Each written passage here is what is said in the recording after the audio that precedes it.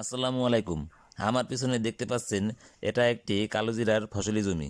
এই জমিটা মাহবুবের। কালোজিরাটা গ্রামের ভিতর ওর সবচেয়ে সেরা হয়েছে। গম অতটা ভালো হয় না আমার মতো, কিন্তু তারপরেও সুন্দর হয়েছে। ও শুধু কালোজিরা গমই না, মেথি, হলুদ, পেঁয়াজ দানা, ভুট্টা আরও অনেক কিছুই করেছে। আমি একে একে দেখাবো আপনাদের। এই যে আমার ছোট ভাই মাহবুব, ওর মুখে খুবই হাসি ফুটছে, কারণ গ্রামের ভিতর সবচাইতে সেরা হয়েছে ওর এই কালোজিরার মাঠটা। যারা কালোজিরা গাছটা দেখেন নাই, আমি আজকে দেখাবো আপনাদের, দেখেন। যারা এখন পর্যন্ত কাছ থেকে কালোজিরা গাছ দেখেন নাই, তারা দেখে নিন। এটি হচ্ছে কালোজিরা গাছ। অনেক উপকার একটা মশলা। দেখেন কালোজিরার ফুলগুলোও অনেক সুন্দর। আর এটি হচ্ছে মাহবুবের ধনিয়া ক্ষেত। ধনিয়ার ফুলগুলো অনেক সুন্দর দেখতে, অনেক একসাথে ফুটেছে। ধনিয়ার ফলটাও দেখতে অনেক সুন্দর।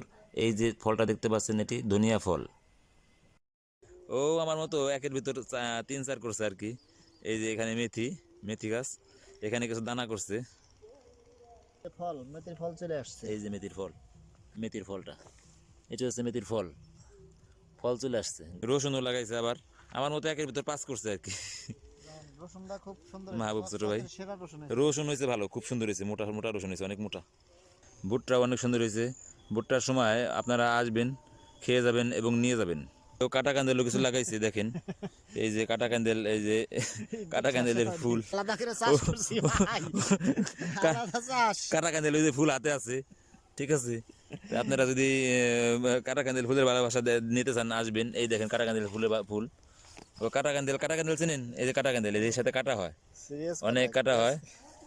আসলে মূলত এগুলি আগাছা আগাছা হয়েছে, তাই আমি বললাম যে মাহবুব তুমি তো কাটা কান্দেলও লাগাইছো।